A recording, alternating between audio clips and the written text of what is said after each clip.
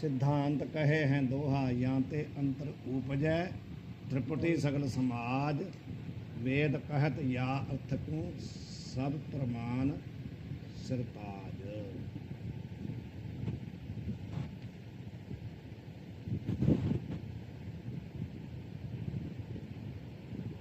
अब पीछे बता के आए हैं कि जो स्वप्न में त्रिपुटी भास्त होती है ना, भाषित होती है त्रिपुटी प्रमाता प्रमाण प्रमेय, वो मनोमय है, बाहर की नहीं है।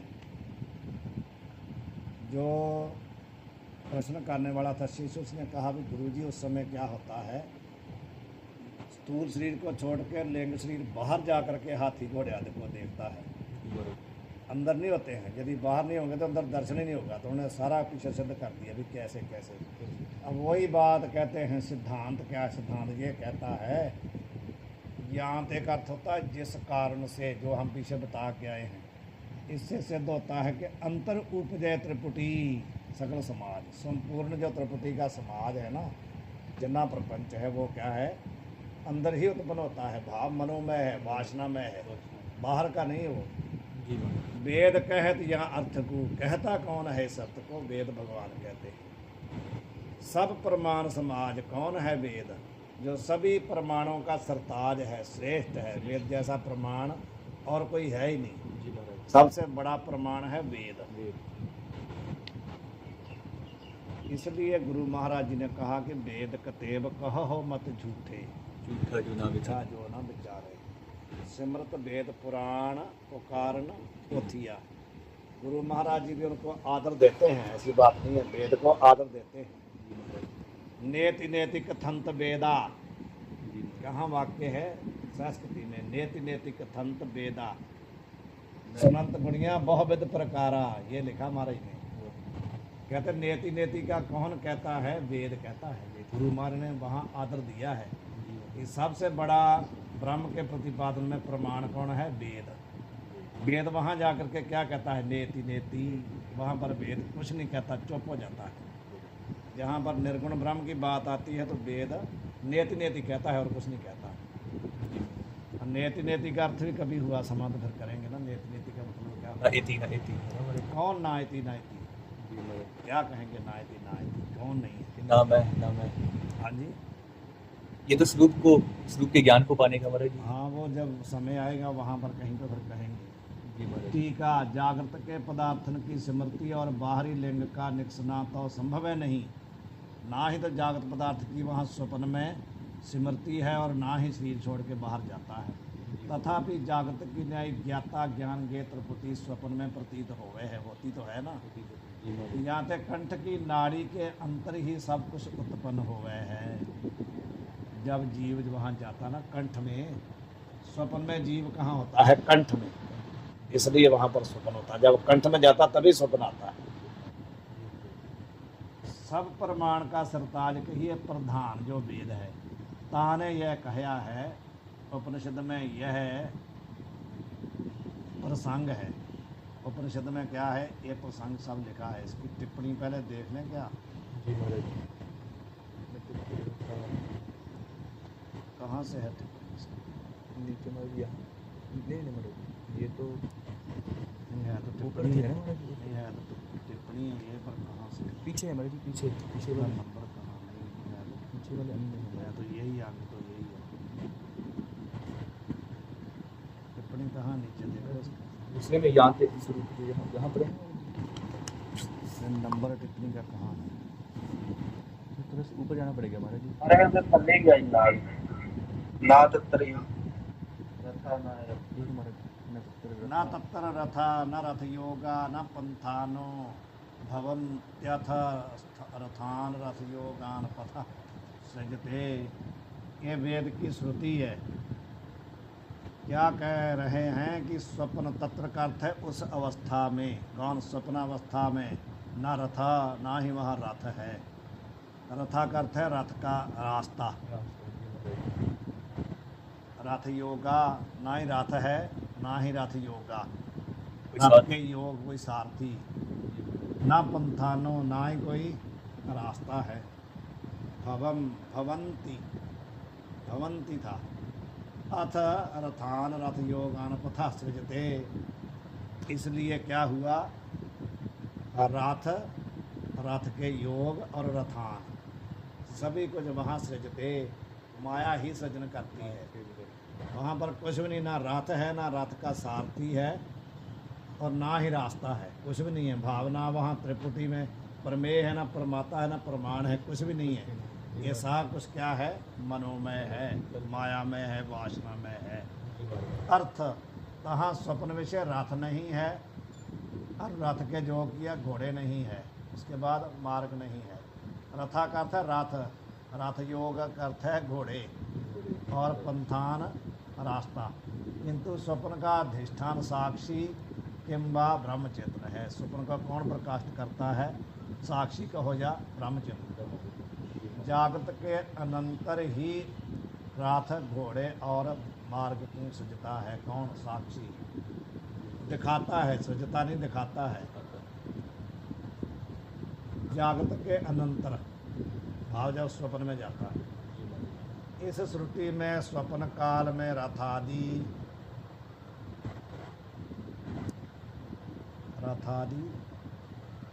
तीन कर उपलक्षित सारे जगत की नवीन सृष्टि कही है। रथादि तीन कहे ना, राथ, घोड़े और पथ। इन तीनों से कहते ये तो उपलक्षण है, ये तो प्रतीक है किसका, संपूर्ण जगत की जितनी सृष्टि है सबको समझ लो इससे। जो कुछ भी वहाँ उत्पन्न हो रहा है ना, हाथी घोड़े पशु पक्षी कुछ भी, जो कुछ सभी कहते हैं वहाँ पर साक्षी भाष्य है और माया रचित है। स्वप्न में जो है माया रचित नहीं कहेंगे, वासनामय है, वासना रचित है, जो हमारे अंदर संस्कार की वासना पड़ी हुई उससे। संधे सृष्टि राह इति उक्त श्रुति जागृत और सुषुप्ति की संधि विषय सृष्टि को कहे हैं। संधे सृष्टि आह, यह श्रुति क्या कहती है, संध्या में जागृत और स्वप्न की बीच वाली जो समा है उसमें कहते, इसने कहा है कि वहाँ पर क्या है, वही सृष्टि है जागृत और स्वप्न की संधि में।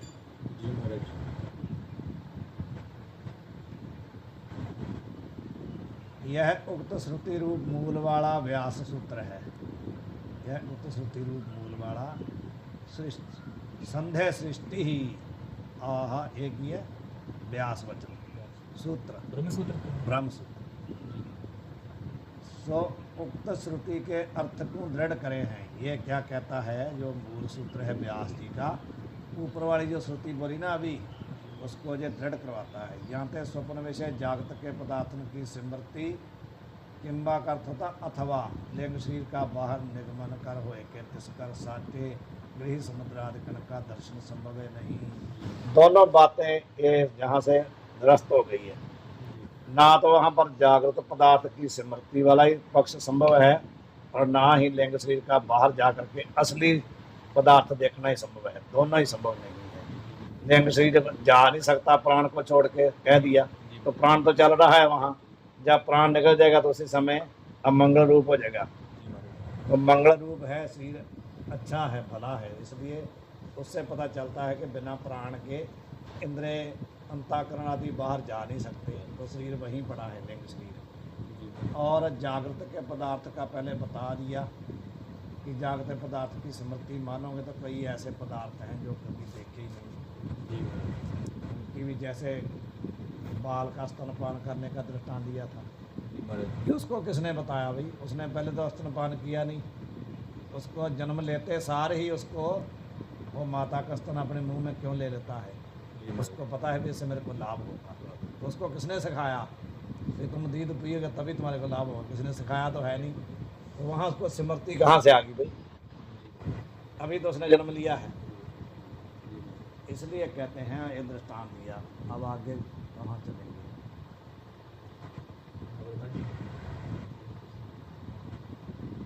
कहाँ पढ़ रहे थे? सब प्रमाण का सिद्धांत कहिए प्रधान जो वेद है ताने यह कहा गया है उपनिषद में। यह कहते हैं उपनिषद में यह प्रसंग है, जागृत के पदार्थ स्वप्न में नहीं प्रतीत हुए हैं, किंतु रथ और घोड़े तथा मार्ग तैसे रथ में बैठने वाले स्वप्न में नवीन उत्पन्न हुए हैं। वही जो श्रुति विषय बताई उसी को उत्तर दे रहे हैं। यहाँ पे पर्वत समुद्र नदी वन ग्राम पुरी सूर्य चंद्र जो कुछ स्वप्न में दिखे हैं सो नवीन उपजे। जो स्वप्न में पर्वतादिक नहीं होवे तो तिनका प्रत्यक्ष ज्ञान स्वप्न में होवे है सो नहीं हुआ चाहिए। कहते हैं कि यदि स्वप्न में पर्वत आदि है ही नहीं तो उनका प्रत्यक्ष ज्ञान हो जो नहीं होना चाहिए ना। जब है ही नहीं कोई पदार्थ तो ज्ञान कहाँ से हो गया। होता है नहीं होना चाहिए। काहे थे विषय तय इंद्रिय का संबंध व अंतःकरण की वृत्ति का संबंध प्रत्यक्ष ज्ञान का हेतु है। प्रत्यक्ष ज्ञान का कारण क्या है? जहाँ तो इंद्रिय का विषय के साथ संबंध हो या फिर कहते हैं अंतःकरण की वृत्ति ऐसी बने अंदर ही बने तो फिर कहते हैं अंतःकरण का संबंध हो या इंद्रिय का संबंध हो तभी प्रत्यक्ष होता है ना। या तो पर्वत आदि के विषय और तिनके ज्ञान के संबंध साधन इंद्रिय तथा अंतःकरण सारे अंतर ही उत्पन्न हो गए हैं। यदि वहाँ पदार्थ ना हो तो प्रत्यक्ष नहीं होना चाहिए। प्रत्यक्ष हो रहा है तो कैसे हो रहा है? प्रत्यक्ष का साधन क्या है? इंद्रिय अंतःकरण। तो इसलिए कहते हैं इंद्रिय अंतःकरण भी वहाँ ही उत्पन्न होते हैं, विषय वहाँ ही उत्पन्न होता है, ज्ञान भी वहीं उत्पन्न होता है, सब कुछ वहीं उत्पन्न होता है। यद्यपि स्वप्न के पदार्थ सुक्ति रजतादिकन की न्यायी साक्षी भाष्य हैं, अंतःकरण इंद्रिय का स्वप्न के ज्ञान में उपयोग नहीं। यहाँ ते गे जो पर्वतादिक हैं तिनकी ही उत्पत्ति स्वप्न में माननी योग्य है, ज्ञाता ज्ञान और इंद्रिय की उत्पत्ति माननी योग्य नहीं। एक और दृष्टांत दे रहे हैं शंका करके कि स्वप्न के पदार्थ जो है ना, जैसे सीपी में चांदी भास तो होती है ना, ऐसे वो भी साक्षी भाष्य हैं। सीपी में जो जागृत में सीपी में चांदी भास रही है उसका कौन है उसका कौन प्रकाशक है? साक्षी। उसका कौन है? जो परमात्मा है वो उसका भाषक नहीं, उसका प्रकाशक नहीं है। परमात्मा को प्रमाण को प्रमेय को सबको भाषित कौन कर रहा है? साक्षी जागृत में। तो कहते हैं भी अंतःकरण इंद्रिय का स्वप्न के ज्ञान में उपयोगी नहीं है। जब साक्षी ही वहाँ भाषित कर रहा है तो कहते फिर इनका क्या योग है? वहाँ तो केवल गे जो पर्वतादिक हैं उनकी उत्पत्ति मान लो, उनको साक्षी ने प्रकाशित कर दिया तो ज्ञाता और ज्ञान की क्या जरूरत है? उनकी उत्पत्ति मानने योग्य नहीं है। तथापि जैसे स्वप्न पर्वतादिक प्रतीत हो गए हैं तैसे इंद्रिय अंतःकरण प्राण सहित स्थूल शरीर की स्वप्न में प्रतीति हो गए है। ये भी तो कहीं नहीं ना गए, वहीं है ना। यहाँ पे तिनकी भी उत्पत्ति माननी चाहिए। जब वहाँ प्रतीत हो रहे हैं तो उसकी उत्पत्ति माननी चाहिए। अकेला पर्वत आदि थोड़ी प्रतीत होते हैं, अपनी आंखों से हम देख रहे हैं उनको, देखने वाले भी हम हैं और देखने साधन भी वहाँ हैं, तो सबकी उत्पत्ति माननी चाहिए। किंबा स्वप्न के पदार्थन विषय नेत्रादिकन की विषयता भान हो गए है सो व्यावहारिक नेत्रादिकन की विषयता तो स्वप्न के प्रातिभास पदार्थ विषय बने नहीं।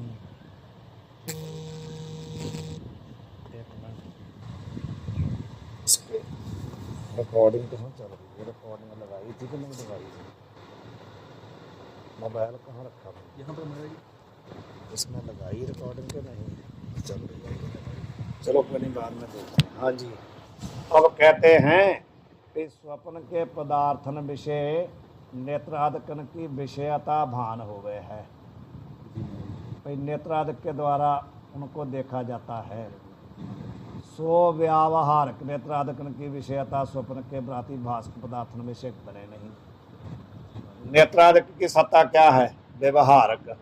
और स्वप्न के जो विषय है उनकी सत्ता क्या है? प्रातिभासिक। तो कहते हैं कि जो नेत्रादिक व्यवहारक है ना, उनकी विषयता उस स्वप्न के प्रातिभासिक विषय में नहीं होनी चाहिए ना। सत्ता ही अलग है, वो प्रातिभासिक है, ये व्यवहारक है, तो नहीं होनी चाहिए, बन नहीं सकती। कहाँ थे? समसत्ता वाले पदार्थ ही आपस में साधक बाधक हो गए हैं। ये पहले बता के आए कि व्यवहारक जो पदार्थ है ना उसका साधन भी व्यवहारक होता है, जो प्रातिभाषिक है उसका साधन भी प्रातिभाषिक ही होगा, ऐसा कहते पहले कहा है। यह पंचम तरंग में प्रतिपादन करी है बात। या ते व्यवहारक नेत्रादिक शरीर व्यवहारक नेत्रादिक शरीर में है भी, तिन ते स्वप्न के पदार्थन की विषम सत्ता होने तय तिन के ज्ञान की विषयता स्वप्न के पदार्थ पर्वतादिक को बने नहीं। जो नेत्रादिक है वो तो शरीर में लगे हुए हैं, शरीर की व्यवहारक सत्ता है, तो उनकी विषयता नहीं वहां बनती। किंबा व्यवहारक जो इंद्रिय हैं सो अपने अपने गोलक त्याग के कार्य करने में समर्थ हुए नहीं, ये भी बात है। नेत्र हैं तो नेत्र अपने गोलक को छोड़ करके अलग कहीं किसी विषय को सिद्ध कर नहीं सकते, ये बात है। और स्वप्न अवस्था में हस्तपाद वाक के गोलक तो निश्चल दूसरे को दिखे हैं। जो हस्त है, पाद है, वाक है, इनके जो रहने के स्थान है ना, ये तो कर्म इंद्रिय हैं, इनके जो रहने के स्थान है वो तो शरीर पड़ा है ना, स्थूल शरीर, उसमें दिख रहे हैं। वही कह रहे हैं दूसरे को दिखे। हस्त में द्रव्य ग्रहण करके पुकारता धावन करे है, हस्त में द्रव्य ग्रहण करके पुकारता धावन करे है। जाते स्वप्न में इंद्रिय की उत्पत्ति अवश्य माननी चाहिए। हाथों में कहते द्रव्य ग्रहण करके, तो पुकारता हुआ दौड़ता है कि मैंने ये लेके जा रहा हूँ, मैं भाग रहा हूँ, ये करता है, पुकारता है। याते स्वप्न में इंद्रियन की उत्पत्ति अवश्य माननी चाहिए कि बिना इंद्रिय के इंद्रिय अपने गोलक को छोड़ करके कोई विषय का सिद्ध कर नहीं सकते, तो वहां पर सिद्ध करते हैं। तो इसलिए क्या है, जब वहां कोई हाथ में द्रव्य लेकर के दौड़ रहा है, पुकार भी रहा है, तो ये क्रिया जब हो रही है तो वहां इंद्रियों की उत्पत्ति माननी चाहिए। तैसे सुख दुख और तिनका ज्ञान तथा सुख दुख ज्ञान का आश्रय परमात्मा स्वप्न में प्रतीत होवे है और बिना हुए पदार्थ की प्रतीति होवे नहीं। जैसे इंद्रियों की उत्पत्ति वहां मानी जाती है ना, उसी प्रकार सुख दुख और तिनके ज्ञान को कौन जानता है, अंतःकरण। कह रहे सुख दुख और तिनका ज्ञान तथा सुख दुख ज्ञान का आश्रय कौन, परमात्मा। तो तीनों ही आ गए ना, सुख दुख हो गए परमेय, और उनका ज्ञान कराने वाला साधन कौन हुआ, ज्ञान हुआ अंतःकरण, और उनको जानने वाला हुआ परमात्मा। ये कहते स्वप्न में प्रतीत हो गए हैं। तो जब कोई वहाँ होता नहीं तो उसकी प्रतीति नहीं ना होती, इसका मतलब ये तीनों ही वहाँ पर है, त्रिपुटी है। जाते सारा त्रिपुटी समाज स्वप्न में उत्पन्न हो गए हैं, सिद्ध कर दिया। अनिर्वचनीय ख्याति की यह रीति है। ख्यातियाँ पीछे आई थी 5। तो अनिर्वचनीय ख्याति किसकी है, सिद्धांतियों की, वेदांतियों की। उसका मत क्या है, जितने ब्रह्म ज्ञान हैं तिनके विषय सारे अनिर्वचनीय उत्पन्न हो गए हैं। ये अनिर्वचनीय ख्याति की रीति है कि जितने ही ब्रह्म ज्ञान होते हैं ना, भ्रांति ज्ञान, वो कहते हैं सारे जो है अनिर्वचनीय उत्पन्न होते हैं, पहले नहीं होते। वो विषय बिना कोई ज्ञान होवे नहीं, जैसे सिद्धांत है, बिना विषय के कोई ज्ञान नहीं होता, जब विषय होगा तो उसका ज्ञान होगा। और शास्त्र के मत में तो अन्य पदार्थ का अन्य रूप तय भान होवे सो ब्रह्म कहिए हैं। यह तो कहते हैं अनिर्वचनीय ख्याति तो वेदांतियों की है, और दूसरे जो शास्त्र वो क्या कहते हैं कि अन्य पदार्थ का अन्य रूप तय भान जो होता है ना, उसको कहते हैं ब्रह्म। सिद्धांत में तो जैसा पदार्थ होवे तैसा ही ज्ञान होवे है। जाते ब्रह्मस्थल में भी विषय की उत्पत्ति अवश्य होवे है, वहाँ पर भी विषय होगा तो ज्ञान होगा, विषय बिना ज्ञान होवे नहीं। इस रीति से स्वप्न में त्रिपुटी की प्रतीति होने तय सारा समाज उत्पन्न हो गए है। छोड़ दें। वाहिगुरु जी का खालसा। इतना ही बहुत है।